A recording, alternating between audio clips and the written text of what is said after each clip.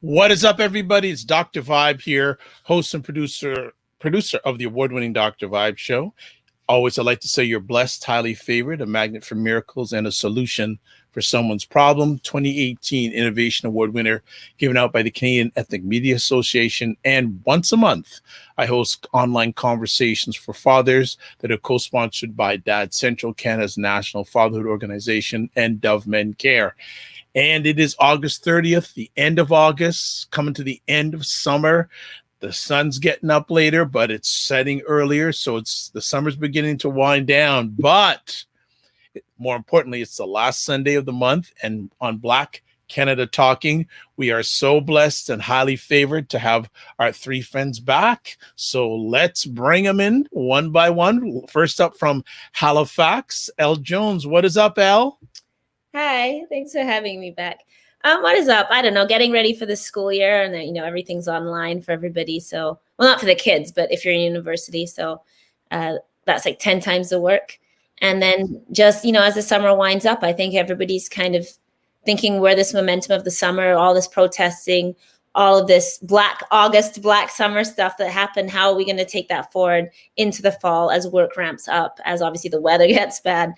So I think there's a lot of thinking about, what does the movement look like going forward now that the summer has ended, and how do we keep the momentum and keep organizing and keep unified with each other? So those are the kind of things on my mind. And thank you for having me, as always. Always a pleasure. Well, the last time we tried to get you together, it was a little bit of a challenge. Yeah, well, my computer decided to just not have a camera anymore. And of course, in these times, that's just unworkable. So yeah, like 10 a.m. the next morning, I was in the Apple store, So that's why Black folk can never get ahead, eh? Everything's anti-Black. Cameras are anti-Black.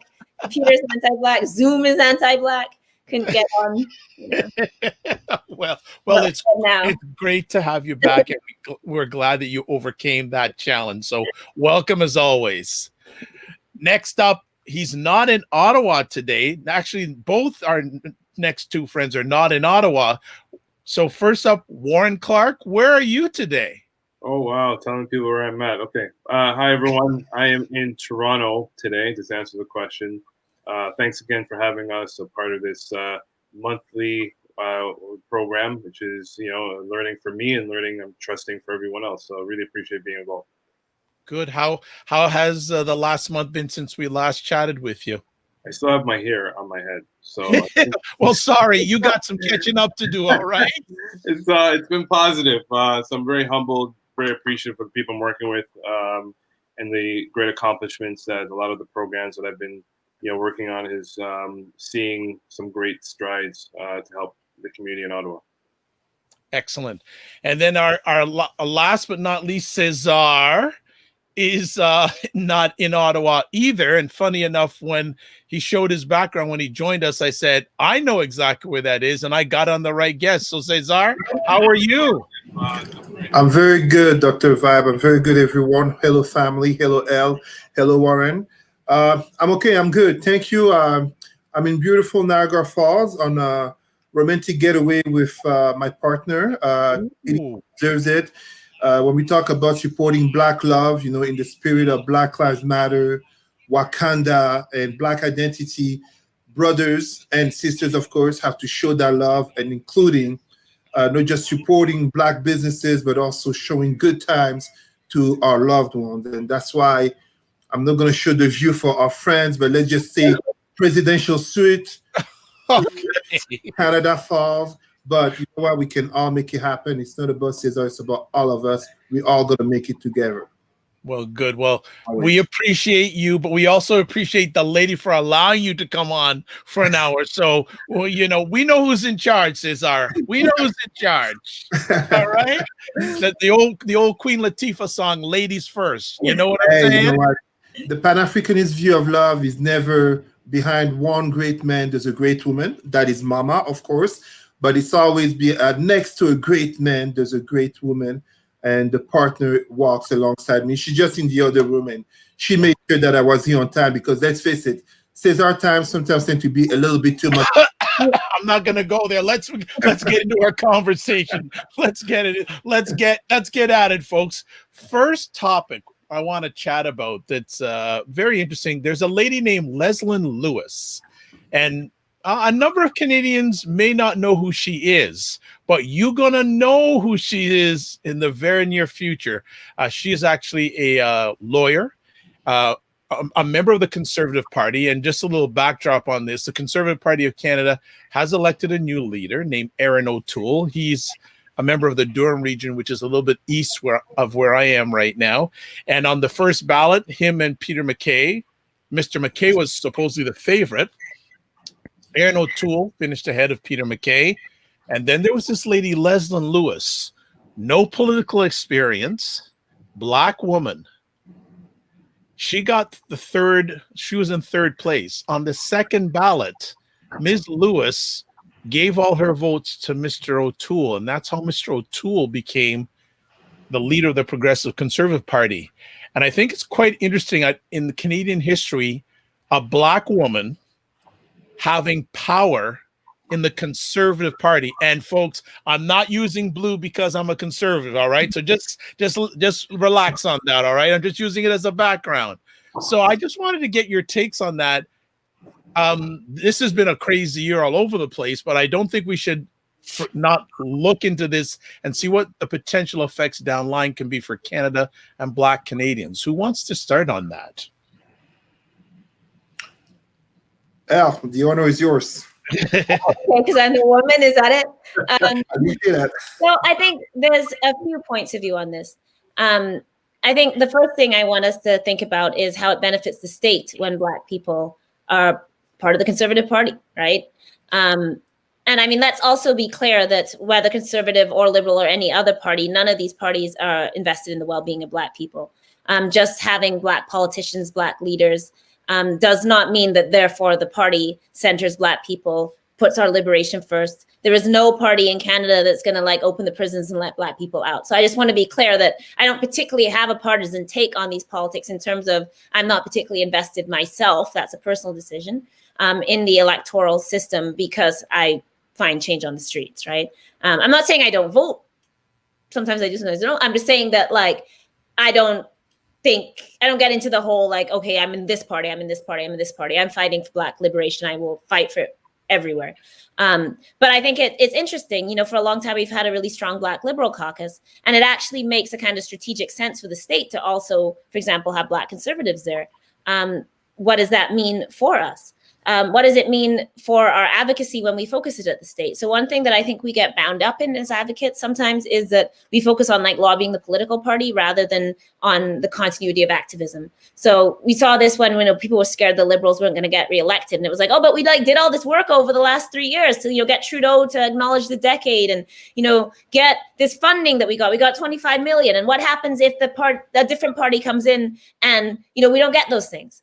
And so I think what's interesting about seeing Black people being more prominent and active in the Conservative Party is that stuff is going to be in continuity, because what that stuff prevents is what's happening on the streets. The state is willing to put things in place so that Black people don't burn shit down, is basically what I'm saying. So whether it's Liberals or Conservatives, even though for white people, those are very separate poles, to a certain extent for Black people, like they're going to give us that cultural funding or that employment funding or the whatever it is, as long as it stops us from, really, really advocating against the state. If we really were going to unify and get in the streets as Black people and say none of you political parties are serving us and we need a unified political voice in our own party, that's when we'd see the repression. So I think this is very similar to kind of the debate going on in the States, right? Where people are very happy to see Kamala Harris as VP, running as VP.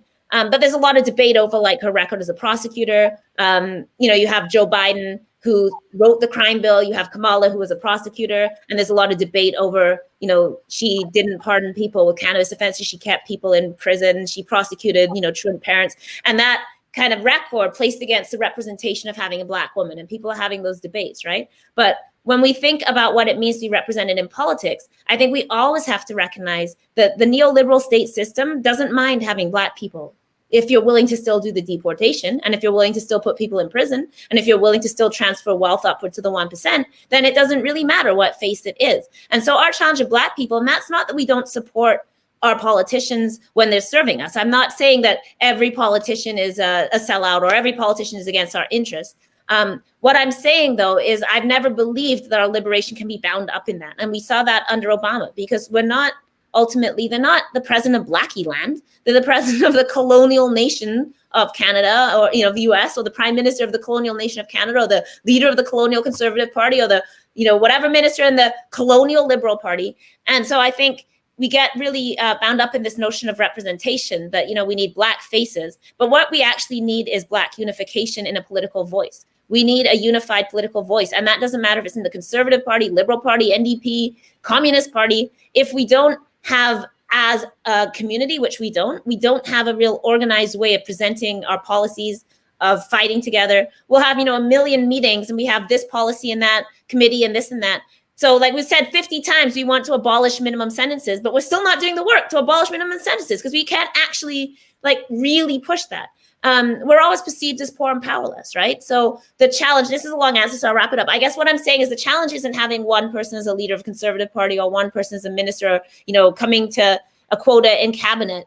It's, as a community, do we have a sustained political voice, or are we seen as poor and powerless and able to be disregarded? And until we're taken seriously as a political force in Canada, until our vote is taken seriously, until people cannot run for office without the question of what is my policy going to be towards Black Canada, until we're not an afterthought, until CBC on election night CBC in this election didn't show a single Black face the entire election coverage. I know because I was invited and then they disinvited me, right? So even with Trudeau's blackface, we still couldn't crack the lineup on the night of the election. And that sends us the message that nobody cares about us. So we have to make them care about us. So I'm not as bound up in what the representation is. I'm much more bound up in no matter what party, how are we pressuring them? How are we putting our voice forward? And until we as a community show up in force and they know that we can withdraw our vote, withdraw our dollars, withdraw our presence, when it doesn't matter what party people are in, because we're still not going to have our goals. So that was a really long answer, but that's my preliminary thoughts. No problem. Warren, follow up. Warren, you're on mute. There we go. You're still on mute. I just took it off. Okay, yeah, we can hear you now. All right, thank you. Sorry about that, people. Elle, beautifully said. I think you were in my head. I was saying, yeah, I'm going to say this, and then Elle said it. So thank you. Sorry. I agree, and I'm going to echo maybe a lot of what she said or what Elle mentioned just now. Now, it's not about a representation. It's about who this person is, regardless of male, Black, female, Black, regardless of who they are, their ethnicity, how they represent or acknowledge the Black community. We've seen time and time again, there's Black leaders that, look like a duck, figuratively speaking, but not walking like a duck. And that's been very problematic for many types of institutions, either public, private, or in the political sphere. So we have to definitely, recognize what this person's politics is instead of just looking at the representation saying, hey, there's another Black face. Oh my gosh, it's time. Because it could be something that's going to be very destructive. We are seeing, not to discuss too much in the States, but we do see many times where we do see Black faces who represent themselves in the political parties, and then or representing the political parties, and their agenda is totally off whack. Not to mention names, but I'm sure people can think of some names that when I speak. But it's happened even recently. So we have to acknowledge that it's not about representation, it's about the social discourse and how they represent and what they're fighting for people, especially in the Black communities. Again, we have to acknowledge, particularly in Canada, we live in a white settler nation state, and a lot of the ideologies of what that means is infused in our education, our political, and our social way of living. And it doesn't mean that a person, again, who represents the Black skin has acknowledged that that is a lived reality for many people, particularly Black people, who can adopt that white settler ideology. And if they adopt that white settler ideology and compounded with their political views, then all they're going to be doing is continue that white settler destructive ideology, which harms the Black community and Black members within the nation state. So it's really, really important to not only look at representation, just like much what Elle mentioned, but actually pay attention to what their views are. Because sometimes what we're doing is we're voting people in just because they look like us, but not walking the walk in terms of what we need them to walk to actually liberate Black bodies or Black people within the Canadian nation state. Nice. The man from Niagara Falls, it's your turn.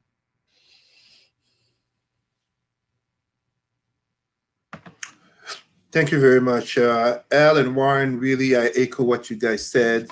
Honestly, in terms of Pan-Africanism, you said it so well. At the end of the day, Canada is a Western nation, a nation awash with systemic racism, as the United Nations themselves fully documented, a nation that is built on colonial land, as very much the befalling, the beheading, we should even say, of the statue of John A. Macdonald this weekend in Montreal. I want to say that I would be proud for Mrs. Lewis in terms of her personal achievement, but truthfully, it doesn't really change anything to the realities of Black people, especially when a certain conservative party, and let's be careful, even if I'm a former Liberal delegate and I worked for the Obama election in 2008, I'm not giving a pass to the Liberal, Democrat, left, whichever. But it also speaks to a conservative party to want to use the fact of Mrs. Lewis, notably a Black woman, an evangelical woman, a very accomplished woman, notably in Western standards, as a lawyer. But what are they saying regarding Black people? When the newly elected chief, Erin O'Toole, especially elected thanks to the votes of Mrs. Lewis, talks about a party that is welcoming all, no matter the races, and I think he said sexual orientation and such. But what are they really saying? Because too often Black people have been fooled by the nice words, especially, as my colleague said so well, a matter of putting a Black face, but concretely it hasn't changed anything. Of course, the Obama example very much sticks here. But in terms of Mrs. Lewis, I just, the personal achievement that she did is to be celebrated. First Black woman to successfully run at a federal level, so national level, for party leadership, kind of to echo Dominique Anglade in Quebec at a provincial level, but in the concrete reality of Blackness, in the concrete reality of Black youth, women, men, and especially talking of systemic racism, police brutality, affordable housing, employment discrimination, all of these topics that when conservatives, especially the Conservative Party, speaks either of fiscal conservatives or of social conservatives, and even in terms of geopolitics, in terms of Canada's relations with Caribbean countries and African countries, what is there to celebrate really, because a Black woman really reached that level? In the US, the Washington Post was praising, I believe back in June in an article, the arrival of Mrs. Lewis. But concretely, what is that really changing? Even if, let's just say, she was to become prime minister as a few years ago, Michael Jean became governor general. The symbolism is nice. And that's why I went to work for the Obama election in 2008. But we need more than the symbolism. We need far more than the words, and we need far more than just representation in terms of blackface, the concrete actions, the accountability, and a leadership that is not so much in terms of a blackface, but that is in terms of truly being able to speak to constituents and being able to articulate the demands in terms of a true progress. Très brièvement en français, la question qui porte sur Madame Leslyn Lewis, première femme noire à être arrivée à un tel niveau de succès en termes de leadership pour la tête du Parti conservateur. En gros, mes collègues, elle et Warren, ont dit très bien que le simple fait d'avoir une femme noire ne change pas vraiment les réalités des personnes noires. Et j'ai notamment rajouté, il ne faut pas tomber dans le piège, on en a vu d'autres, conservateurs, mais notamment au niveau des libéraux, comme des démocrates aux États-Unis, et que donc, on doit passer au-delà du symbolisme, on doit passer au-delà de la représentation, mais par rapport aux enjeux tels de discrimination à l'emploi, de brutalité policière, de logement, et même au niveau de relations internationales, au niveau des Antilles comme de l'Afrique, qu'est-ce que cela change réellement au niveau des personnes, surtout quand un parti n'articule pas un vrai programme de parti par rapport aux Noirs. All right, folks, thanks for a great start off. Warren or Elle, do you want to add anything before we move on to the next conversation topic? We're good?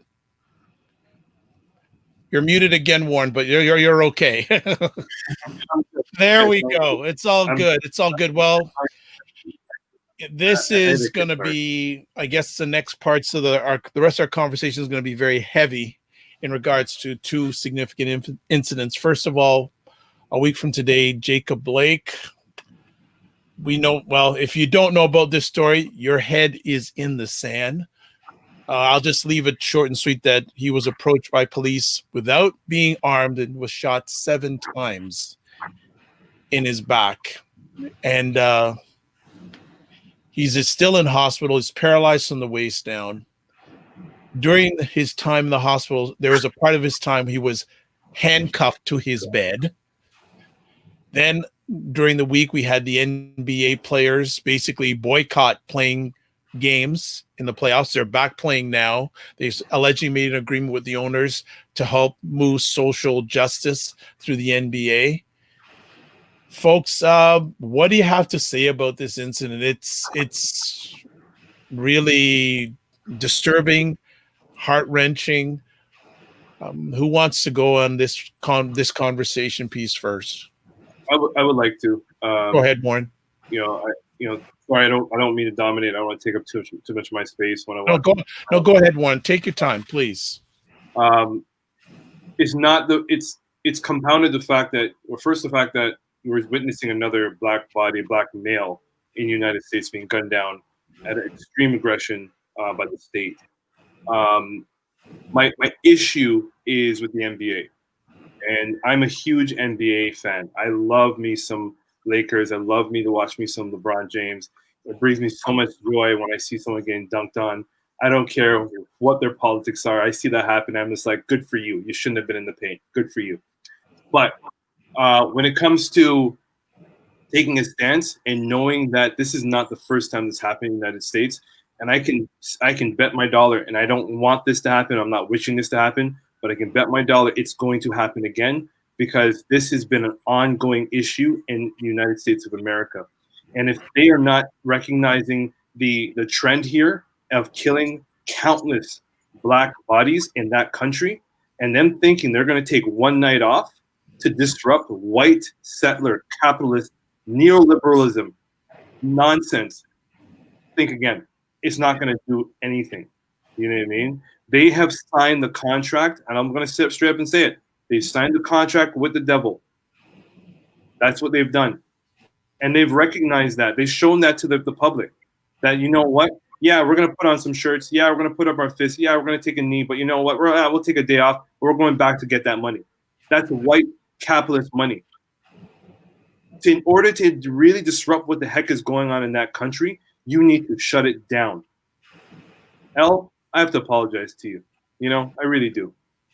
I was thinking after our first conversation what you said. You came off fiery, and I was like, ooh, I don't know. But you know what, Elle? Sign me up. Sign me up. You know, particularly when you're witnessing this, week after week or month after month, because again, we only see surface level. We don't see what the heck is going on a day-to-day basis in different states, the police aggression on black bodies. And they know. It's not like they don't know. They know. And I think the LeBron James of the world, the Michael Jordans of the world, the Allen Iverson of the world, they should shut it down. Don't play. Don't exploit your talents for white capitalist money on the blood of black people. No, if you're going to stand for something, stand for it all the way. And I have to be upfront. People like myself, Elle, Cesar, Dr. Vibe. Yeah, the reality is this is our work. We work in this. We get paid for this. I'm not going to sit here and I'm not going to sugarcoat it. I'm talking from my perspective. So it'd be a fool for me to say, hey, stop your money train, while I'm getting my money train to talk about this. I create programs for this. I teach this. So this is my income. But I'm not, when you start getting to the political arena, my philosophy is you go hard or you go home. You don't go halfway, because you're exploiting the people who live a day-to-day life, not making $1 million that they're making. And for them to just survive, they have to pray and speak to their young youth about going outside and please don't go to this certain area. Please watch your back and please come when you're there. And yes, we do that here in Canada, but it's at an extreme circumstance in the United States. So I'm very fiery about this issue because I don't think they're taking this serious. I don't think Black America generally is taking this situation serious the way they should. And you know, it's at a point where you look at it and you say, dang, again? Like, what's the whole point of protest? What's the whole point? What, are they doing this just to get the new Jordans to walk around and steal it from the store? Why are they doing this? At this point, it doesn't make any sense to me. And this doesn't mean or taking a shot from any political leader who's fighting the march. You know, I commend you. I stand in solidarity with you. But in order to fix that problem, they need to shut that down. They need to shut it down. You know, I'll give an example. Sorry, I don't mean to dominate, but this is an issue that we need to discuss. We need to acknowledge this. You know, like, when does it come to a point and you say, you know what? Okay, when is it going to come to a point when they say, you know what? This Black person has died and it's impacted me and my family, but my community, and I need to stop. I need to sit down, reflect, and stop and work with these people. It's not about money anymore. It really isn't. And the NBA and those players are making this very political and making about money. And I'm going to stop there because I feel like I'm going on a real rant. So thank you for listening. I appreciate it. No problem, Warren. That's more than fine. That's powerful stuff, and it needs to be said. Who'd like to follow up with that? I guess I'll go. We always have Cesar last. First of all, Warren, I don't remember you saying anything that you would need to apologize for, but my brothers on this show are always so like kind and gentlemanly to me. So they're always like taking care of me on the show. So thank you. But yeah, 100% agree. And even beyond the NBA, this has been the problem, right? The difference between performative activism and actual organizing, right? And I said this at the time when the NBA was like saying they're going on strike. I'm like, you have to do it for more than one day. Like, you can't, if it's one day, it's just a performance. Oh yeah, look, we're protesting this. And then they kept using this language of, well, it's really painful to play and like, we don't want to play because it's too much. I'm like, but it's not that it's too much. Like, we as Black people are too tired to play, which is also can be true. It's that we are withdrawing our labor from this country built upon our labor, and we will not dance for you anymore. That is the point, not whether or not we feel like playing. We might 100% feel like playing. The point is we ain't going to do it because we're tired of you having our bodies. We're not dancing for you. But then it all collapses, as Warren so like perfectly explained. If you do it for one day, it's nothing. It's something the NBA can market as social justice, hashtag, you know, hashtag we like Black lives, you know, and it's like, no, you don't. Cut the playoffs. Let white people live without their basketball. Let all those investors, let Coke live without its sales. Let, you know, Nike live without its sales. And then maybe they'll do something. Maybe they'll invest in something for real. Maybe they'll disinvest from the police where their dollars go. Maybe they'll stop funding oil companies. Maybe they'll stop transferring wealth away from us when we start hitting their bottom line like that, which Martin Luther King told us in his last speech, right? He talks about Black people can withdraw money from Pepsi and withdraw money. And if we did those things, you know, we would, and he's talking about economic boycotts, right? And we still can't like figure that out. But beyond that, yeah, beyond the NBA, it's, I think, a general organizing question is that everyone wants to have their selfie with their fist up. Everybody wants to wear the BLM shirt.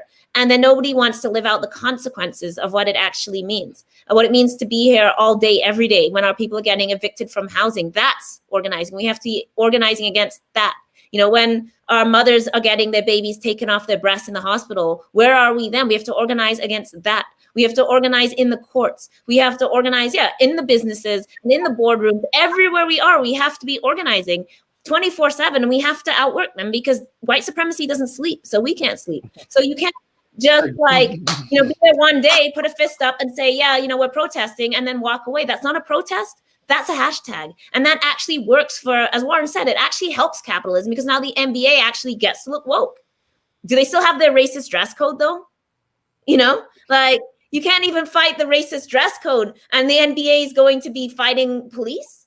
You mean the same police that jacked up the Toronto president of the Raptors when he's coming to the court to like celebrate? And now we have the video and we know how hardcore they lied. So they said he didn't have his credentials and he shoved them. And then the video came out and he had his credentials out and they shoved him.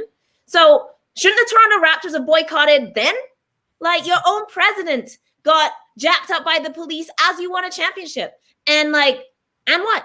So yeah, I agree with everything Warren said. And the last thing I want to say as well, no, I think I said everything I want to say. Yeah, I said the racist dress code. I had one more thing to say that I've totally blanked on. But yeah, I mean, if people want to also disinvest in the NBA, they got to disinvest in Nike. Sorry, y'all, you know.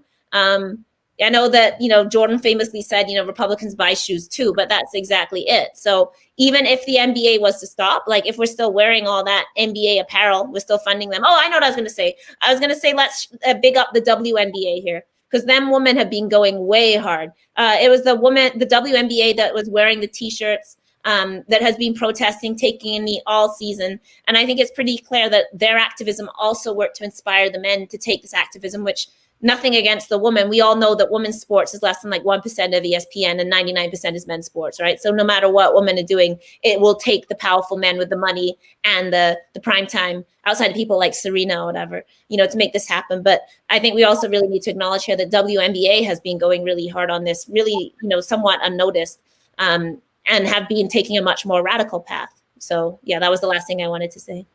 Thank you, El Cesar. I agree. Everything you said, I agree. Dr. Vibe, you know, Donald Trump likes to talk about us living in a cultural war. When you look at white supremacy now, they're having this growing speech about white victimization and historical revisionism. Unfortunately, even as the social discourse is changing in terms of speaking more about Black issues, and truthfully, as Elle and Warren, you show, BIA Media, as we are all doing, and many others that we salute, of course. The truth of the matter is, and this is gonna hurt, maybe offend some people, in great majority, our Black people are still weak ideologically, weak in terms of resolve. I'm not talking about an individual, I'm talking about a group. And when I'm talking about a group, the perception of a group is represented first and foremost in regards to its elite. I was proud of the NBA players. I even posted on Facebook about this situation, Jacob Blake following George Floyd, following Breonna Taylor, Ahmaud Arbery, and so many other names, being an opportunity for someone as LeBron James to redeem himself from back in 2012 with Donald Sterling and the racist LA Clippers owner. I was disappointed, as Ellen Warren said, in terms of the fact that once again, they're hiding their hand in terms of being able to address power, turn into a performative, I don't want to say a joke. Symbolism matter. It's a first step. But I'm sorry to say this, and I remind this to Black people, notably when I give conferences, when I say Black people, white people as well, but truthfully, to our Black people, they need to understand. In a capitalist society, and understand, capitalist always comes with racist, because capitalism is the mother of is the child of mercantilism. Mercantilism being the the enslavement of Africans by whites in the Western Hemisphere. Therefore, if you can't boycott, you can't fight capitalism. It's so truthful when we think of the fact that back in 1955, a certain Martin Luther King became known because he successfully led the boycott for over a year of the racist bus system. This is where the civic rights began. Even if I go before Martin Luther King, and despite the fact that he said racist comments towards Blacks, the independence of India greatly came by Gandhi through constant boycotts. We have what we can truly call our elite in terms of fame and fortune as these NBA players, but also football players. And let us remember, NBA, 85% Black players. Minimum salary, I don't have the exact number, so please someone correct me. I think the minimum player for being on a full-time team, $600,000, $750,000 a year. I'm sorry, when we become unable to boycott truthfully for meaningful change, and here I also criticize Obama because Obama was said to have been the advisor of the LeBron James and others. So when we become unable to truly boycott, we comfort whites in the belief that the system is not as bad as we say it. We comfort non-blacks in the enjoyment of black labor, of black bodies, and as such, we comfort them in the dismissal of black pain and black advocacy towards issues that concern us. Yes, there's a growing number of whites in the street, and we salute them. And thoughts to, I think, Anthony and Joshua, these two white men who were killed by the young terrorist, white 17-year-old terrorist. But when our NBA players become unable and unwilling to truly boycott, if I were a white person, why would you want me to take them so seriously? If I were Asian, Arab, Jewish, whatever you want to call it, non-black, why would I want to take so seriously the pain of the family of Jacob Blake getting shot 7 bullets close range? Why would I take so seriously the fate of blacks in France, in Australia, in Africa? It's a real problem.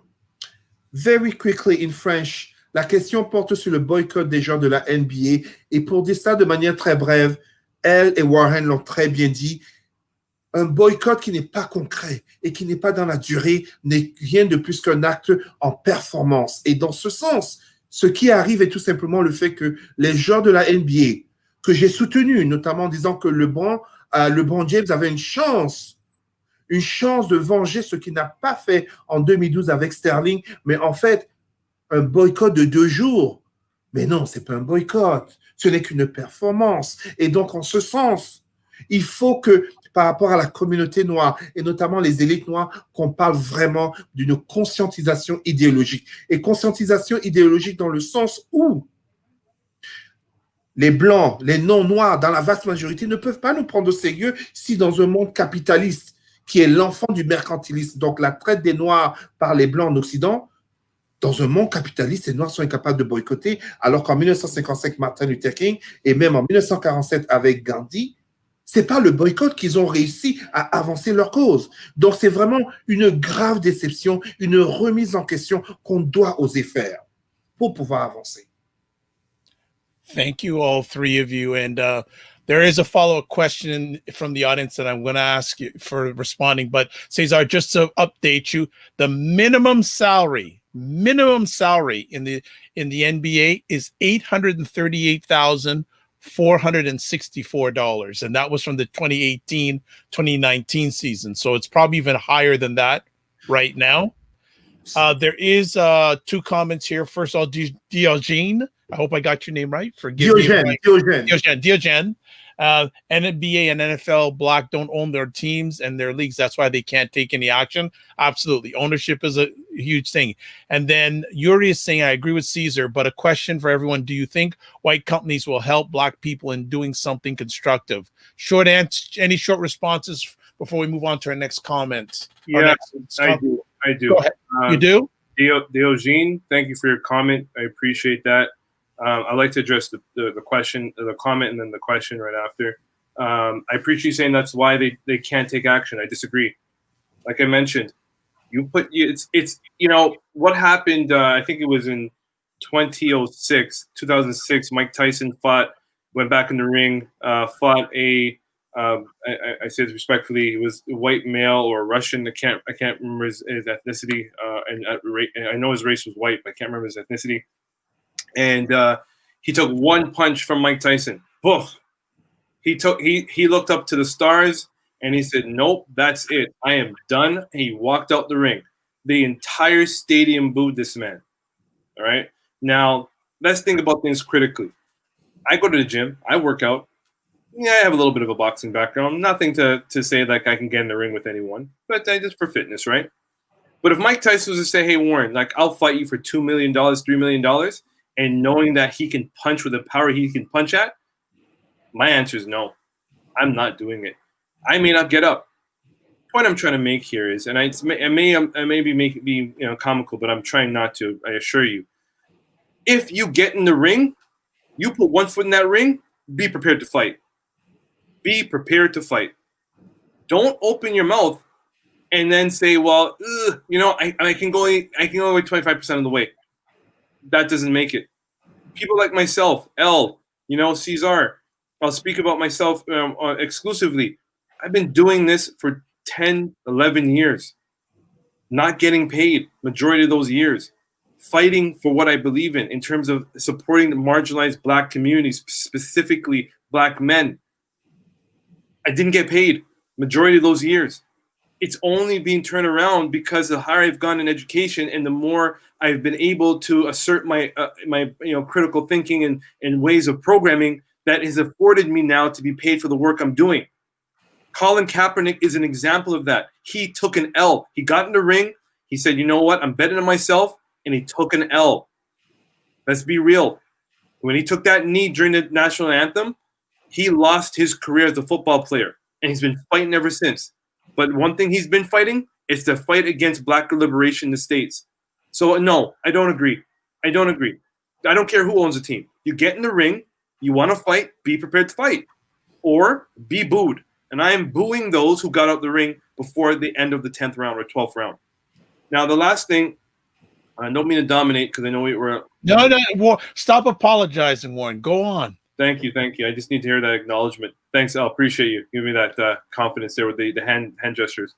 So with everyone, what do you think white companies will? Do you think white companies will help Black people in doing something constructive? Answer is no.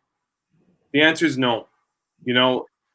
I agree that there are white organizations out there that are turning the leaf and saying, let's address anti-Black racism. Let's work more exclusively with Black people who are addressing this matter. But one thing that we're not thinking about is the labor power of Black people to address this matter. It's not about the white companies' help. There's an exploitation going on right now, folks, who are doing this work. There are people who are doing this work to champion against Black liberation, and they are being exhausted, exploited at a high rate that we don't think about. So yes, there's some degree, they'll say, let's champion against anti-Black racism, but they're going to use our labor power to do that. So it's going to work counterproductive in what we're trying to do. If they're going to really address their anti-Black racism, then we need to see them get in the ring, get in the trenches with us, and do this work of learning. Blackness is socially constructed, folks. We learn Blackness. So they can learn it too, in a more humanizing and a more relationship of solidarity way. There are white people who are doing this work tirelessly. Peggy McIntosh, for example, everybody knows her, and continuing into her early 80s. So there's different ways of looking at that question. I see there's two other comments, but I'm going to stop there so we can address them. Warren, you're on fire today. I'm a little heated with the NBA stuff. Would you want to jump to add to that, or do you want me to go ahead? You can go ahead. To put it very quickly, Diogene's question is good in the sense that this is a comment that comes often in the Black community. And my brothers and sisters, I'm going to tell you something. We must not fall victim to that notion of not owning in order not to boycott, not to take concrete actions. I am not the first Black person to have lost a job because I stood up to racism, because I refused to bow down to the paycheck, because I refuse to act unlike myself in my Black identity just so that in 2 weeks I can get a paycheck. The fear that so many of us have in behaving in such in order for a paycheck, whether it be $8 an hour or whether it be $800,000 a year, doesn't change the fact that those who want to stand up can truly and must stand up. And our historical leaders have shown us that path time and again, even to the peril of their life. Warren gave a great example in boxing. Allow me to remind you of something very important. The greatest boxer of all time is not known because of his boxing record. He is known because, in the face of racism, he refused to go overseas to kill Asian people who had done nothing wrong to him for the cause of the white man to increase his imperialism and capitalism. Muhammad Ali is not the greatest known boxer worldwide on the four corners of the world because of his boxing record, but because he stood up. And as such, it becomes incumbent upon us Black people to stand up and to stand up truthfully, no matter where you are in the hierarchy of the organization. Colin Kaepernick did it. If Colin Kaepernick had been followed by the over 60% of Black players that are in the NFL and the over 80% of Black players in the NBA, what do you think would have happened? You know how many billions of dollars these two sports, I'm not even putting Major League Baseball, I'm not even putting in football, aka soccer, Black bodies, Black entertainment, Black musicians, Black comedians. At the end of the day, no, it's not for us to change white people. It's not for us to change Arabic people. It's not for us to change Asian people. Look at coronavirus. We went from anti-Asian racism to images and stories of Blacks being victim of racism in China because of coronavirus. It becomes up to us to uplift ourselves, to stand up. And this takes me to Yuri Hutchinson's question regarding white companies. Everyone, do you think white companies will have Black people in doing something constructive? Whatever a white company wants to do in terms of allyship matters, yes. In terms of equity, diversity, and inclusivity, yes, great, welcome, good for you. But at the end of the day, it's about us. It's about us. It's about us to stand up. It's about us to support ourselves. It's about us to build our communities. It's about us to educate our children. It's about us to give them the fire for them to stand up, whether they're in a group of 10 or a million, or whether they're one single Black person in a white organization to say no to racism and as such taking concrete actions. If time and again, those who notably are our elites want to put on the mask of Democrat or liberals or conservative and Republicans, what do you think happens? To be taken seriously.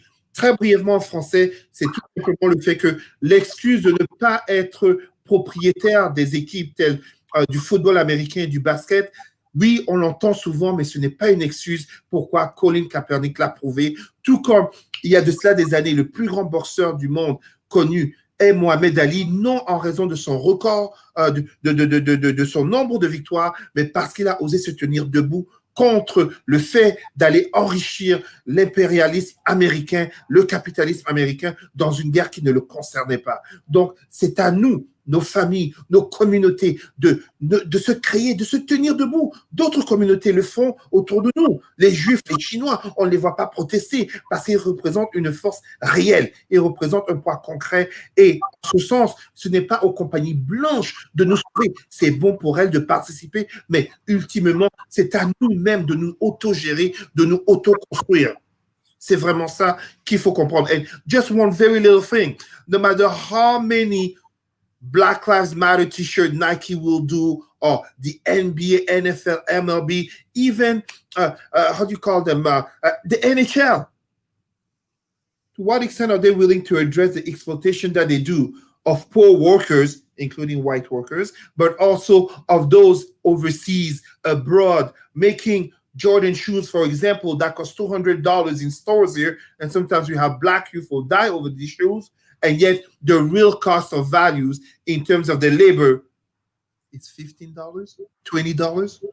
I addressed that back in June at the Black Lives Matter protest about we are wasting our money, we are wasting our energy, and we are wasting our identity to integrate into capitalism while screaming at the same time that we are victims of racism. It doesn't work that way. The system will use you and eat you up time and again.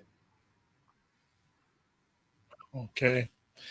Elle, do you want to add? This is fire today. I mean, this is good. This is real good. This is, yeah. I mean, I don't know if I have anything to add on to that. I wanted to just take us into really quickly something that Cesar said when he pointed out that when COVID started, we began with anti-Asian racism, and then it quickly morphed, as usual, into anti-Black racism. As Dave Chappelle said, that train ain't never late. So I just wanted to highlight that in the Atlantic region and certainly everywhere else, like all the major arrests have been Black people. So we know in New Brunswick, the person who was accused of spreading, specifically African people, like recent evidence. So we know in New Brunswick, the person was accused of spreading COVID was a doctor who had gone into Quebec to help people on reserves, like to work with Indigenous people, and then was accused of, spreading COVID to his patients. And there was, of course, major death threats. And I don't know if people are aware, in PEI, where a young Congolese international student had come to pick up his brother in Nova Scotia, had quarantined, but didn't realize his brother had COVID, had followed the rules, because we have this thing, the Atlantic bubble. So as long as you just travel between our provinces, like you're okay. And he ended up getting COVID. And so they charged him. And this is a bit of a longer story, but they end up sending him to a migrant worker facility to do his quarantine. I'm going to just guess there ain't no white people with COVID being sent to the migrant worker facility. Like only the Black student is sent there. And on the last day, he left his room because he was experiencing paranoia from being shut up in there. And the cops, when they came to arrest him, he said, "Oh, I have COVID, be careful." So they arrested him as well for uttering threats as well as breaking quarantine. And he's been in jail for a month in PEI, this young Black student. And of course, the media published his name. They put it all out there. I'm not going to say his name because I want to protect his medical privacy. He's this massive death threats. His family can't even go outside. There ain't many Black people in PEI, right? Like it's obvious who it is. So yeah, I just wanted to connect that to what Cesar was saying about the ways that anti-Black racism is always underlying everything. And it's always on time for us. There's always time to send us to the migrant worker facility. There's always time to arrest us and charge us. We're the ones being charged on this. So as we have this conversation, I guess, about, fighting policing and what that means for us, I just wanted to highlight that. But yeah, I think the other thing that's really important as we talk about Black unity is, and I know it's a basic thing, but I think it's actually important to articulate, like, we don't have to like each other. Black people aren't all going to get along. We're going to have personality clashes. We're going to have different backgrounds, different forms of, how we communicate. We don't have to like each other. All we have to do is when it's time to move, we have to move together. That's not the same thing as liking each other. Black unity doesn't require that we like every Black person in the world. We can disagree on all kinds of things. All it requires is that we get in the right lane. We get out of the way of people who are doing work. So if it's not our work and we don't have the capacity to do it, but somebody else is doing it, get out of the way and let them do it. And that we need to be on the same page when it comes to our liberation, because there's no "I told you so" in this work. I don't feel like happy when you're like, "Oh, and the NBA is not going to follow that boycott," and then they don't do it and you're like, "I told you so." There's no "I told you so," because the person it affects is me, right? Like when people mess up or don't live out our liberation or whatever, if I called it, that's not a victory. I'm just like, great, now we're all screwed again, So yeah, it's just really, really hard in those times. I think we're having a conversation about the NBA, but we saw the same thing in the NFL with Jay-Z really coming in and telling Kaepernick the time to kneel is over. That did not age well, right? So that was like last year, and then look what happened this summer. And as people pointed out, but you weren't kneeling. So how are you going to tell us not to kneel when you ain't taking a knee? Mm-hmm. But we see this all the time, right? And as we move forward, there will always be, I don't find it that hard to deal with white people who want to undermine me, because I don't really care what white people are saying or doing when it comes to politics. I don't care. But I do care about Black people. And that's what's really difficult, when it's people standing beside us and people in our own communities who are sabotaging us and getting in our way, sometimes from good intention, sometimes from bad intention. And we have to figure out how to have these political conversations, because it's not hating to say, like what you're doing isn't right. It's not hating to say, I disagree with you politically, and I think that's going to have a bad effect down the line. It's not hating to say, as Cesar said, I celebrate you for a personal accomplishment, but I'm not with you because I don't agree with what you're doing politically. And I think as Black people, we have to separate that from unity.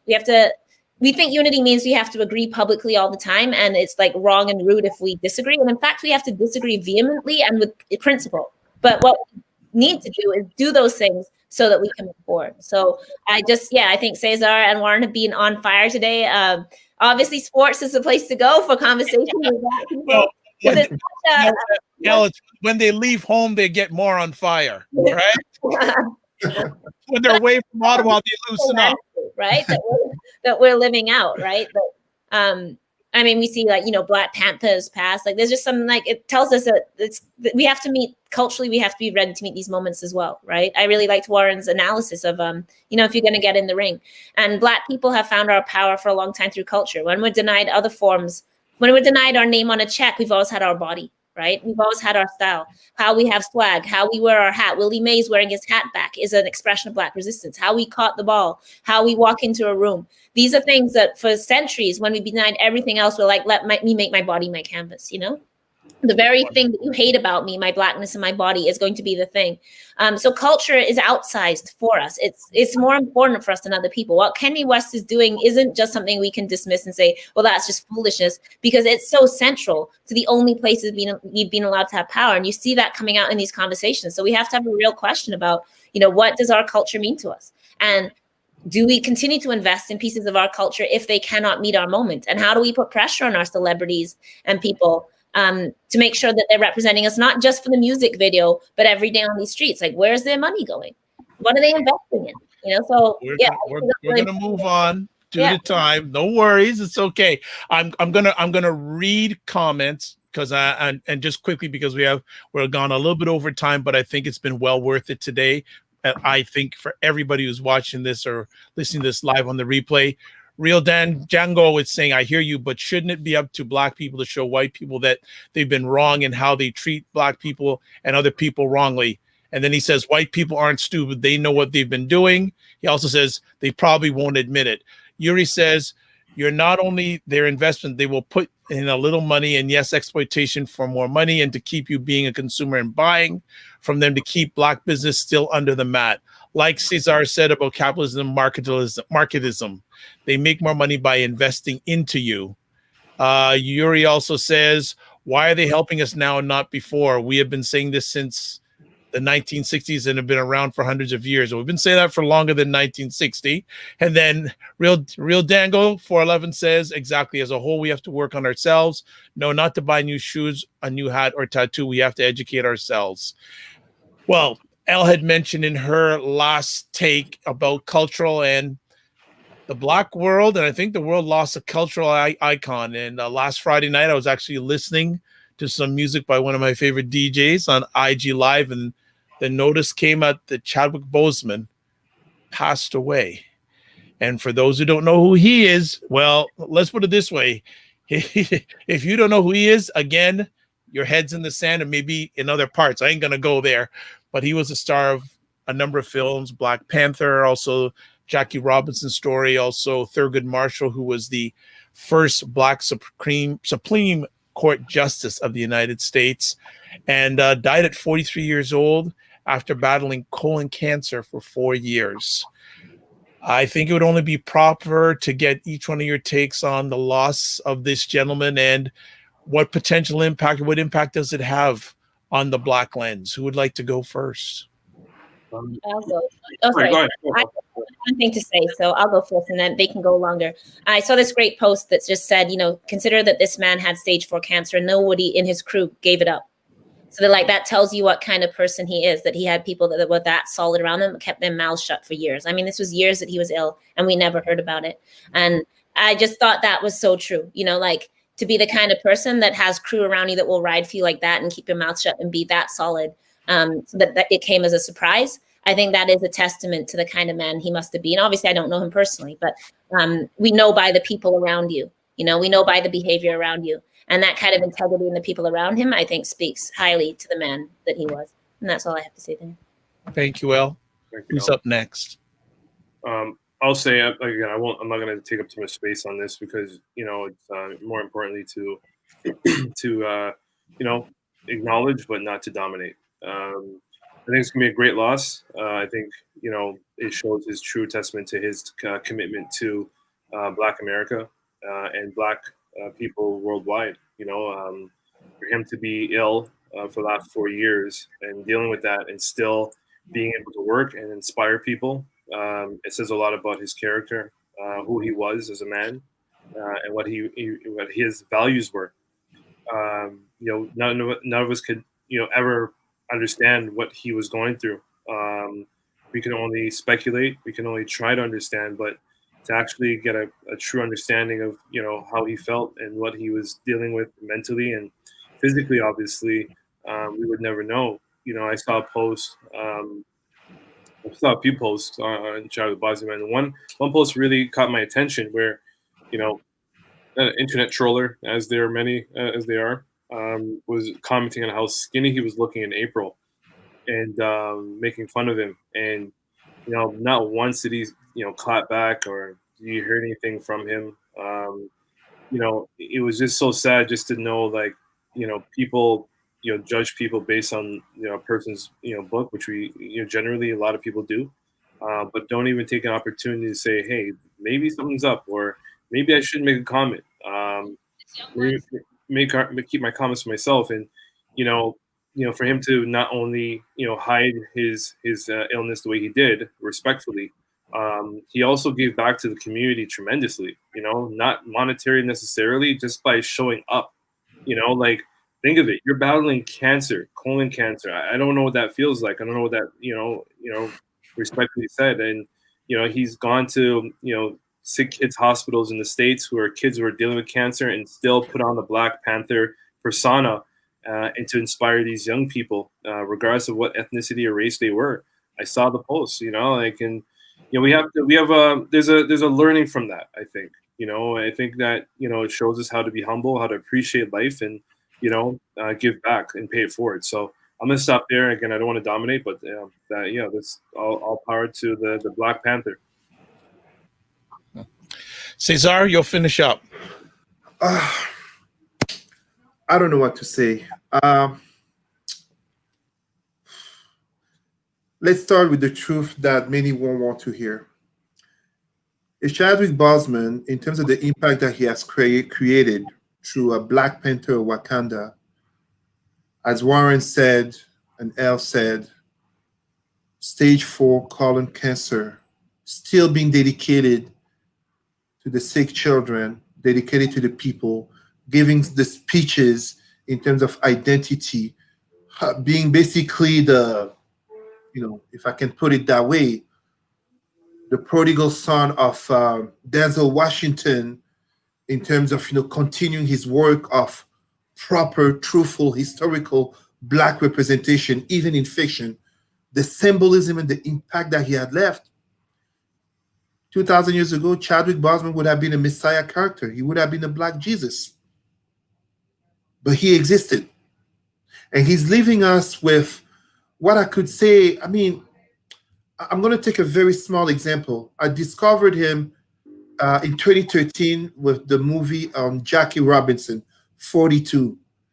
And 2 years ago, when Black Panther came out, I brought my my nephew, I believe he was maybe 5 years old at the time, the son of my colleague, Ketia Peters, CEO of Roots and Culture Canada, because it was important. And congratulations. I think, Warren, you actually even did something to bring Black youth to see the movie, but some organizations came together. Honestly, the impact it had, not just on Black people, but even on non-Blacks worldwide.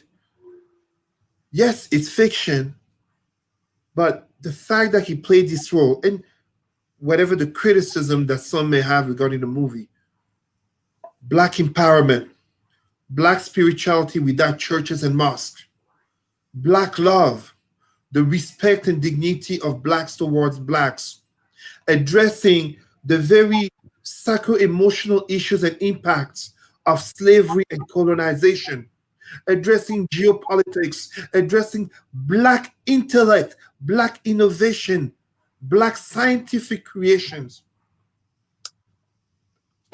I found out about his death when I was leaving the restaurant with my lady and some friends, close friends, Black friends of my debate club. We couldn't believe it. We didn't know. As Elle said, it speaks to the quality of his circle, that for 4 years battling this, and it didn't leak out in a world in which so many celebrities are just seeking attention from drama. I have the utmost respect for the memory of Chadwick Boseman. I have the utmost respect for what, in a short time frame, 2013, 2020, he was like a shooting star, a short life, but so bright that it illuminates the entire sky for all to see. This is Pan-Africanism. This is Black excellence. This is the type of things we must tell our children. This is a hero. En français, j'ai découvert Chadwick Boseman, donc le héros de Black Panther, en 2013 avec le film 42 sur Jackie Robinson. Et là, voici 2020 qui vient de mourir après l'œuvre magistrale de Black Panther, de Wakanda, qui a un impact à travers le monde. Mais il est beaucoup plus que cela. Par l'impact qu'il a eu, malgré la maladie, et continue à être sur le terrain, notamment pour les enfants, mais également éveiller la conscientisation des Noirs par des bons rôles, des films importants. Il est comme une figure messianique, un Jésus qui aurait vraiment existé. Mais en fait, c'est le fait de comprendre qu'il représente une excellence noire. Il représente ce que le panafricanisme dit. Il représente ce que nous devons enseigner à nos enfants, ce à quoi nous devons aspirer. Il est un héros, on ne l'oubliera pas. I will not forget him. It really moves me.